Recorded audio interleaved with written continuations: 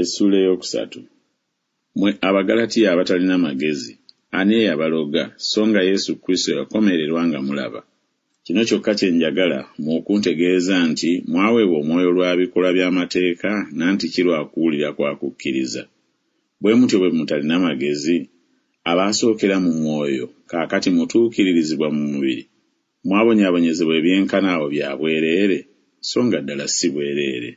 Abawa omwoyo akola eby'amaanyi mu mmwe, akola lwa bikolwa by'amateeka nanti kirwakuwulira kwa kukkiriza. Nga Ibulayimu bwe yakkiriza Katonda ne kumubalirwa okubeera obutuukirivu.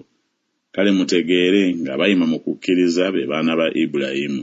N'ekyawandiikibwa bwe kyalaba edda Katonda bw'ali wa mawanga obutuukirivu olw'okukkiriza, ne kibuulira olubereberye Ibulayimu enjiri nti mu ggwe amawanga gonna mwe galiweerwa omukisa. Bwe kityo abayima mu kukkiriza baweerwa omukisa awamu ne Ibulayimu eyalina okukkiriza. Kubanga bonna abayima mu bikolwa by'amateeka bafugibwa kikolimo, kubanga kyawandiikibwa nti akolimiddwa buli ataabinyiikirira byonna ebyawandiikibwa mu kitabo ky'amateeka okubikolanga. Era kimanyiddwa nga mu mateeka tewali aweebwa butuukirivu eri Katonda, kubanga nti abatuukirivu banaabeeranga balamu lwa kukkiriza, naye amateeka tegayima mu kukkiriza, naye nti omuntu agakola anaabeeranga mulamu mu go. Kristo yatununula mu kikolimo ky'amateeka bwe yafuuka ekikolimo ku lwaffe, kubanga kyawandiikibwa nti akolimiddwa buli awanikiddwa ku muti.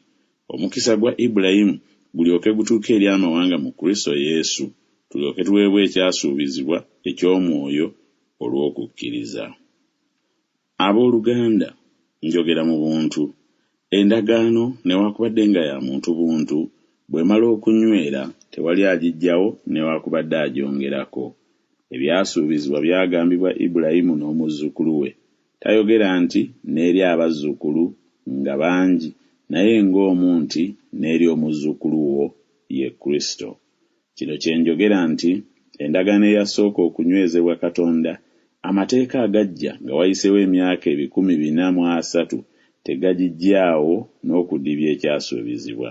Kuba obanga obusika buva mu mateeka nga tebuva nate mu kusuubiza, naye Katonda yabuwa Ibulayimu olw'okusuubiza.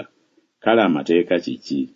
Gassibwawo lwa kwonoona okutuusa waalijjira omuzzukulu eyasuubizibwa.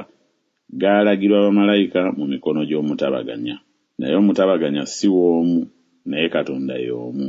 Kale amateeka tegatabagana n'ebyasuubizibwa Katonda. Kitalo, kuba singa amateeka gaaweebwa nga ge gayinza okuleeta obulamu, ddala obutuukirivu bwandibadde mu mateeka. Naye ebyawandiikibwa byabisiba byonna mu bufuge bw'ekibi, abakkiriza balyoke baweebwe ekyasuubizibwa ekiva mu kukkiriza Yesu Kristo.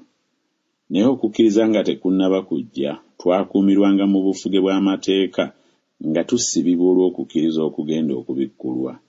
Bwe kityo amateeka yali mutwazi waffe eri Kristo, tulyoke tuweebwe obutuukirivu olw'okukkiriza. Naye okukkiriza bwe kumaze okujja, tetukyali mu bufuge bwa mutwazi, kubanga mmwe mwenna muli baana ba Katonda olw'okukkiriza mu Kristo Yesu.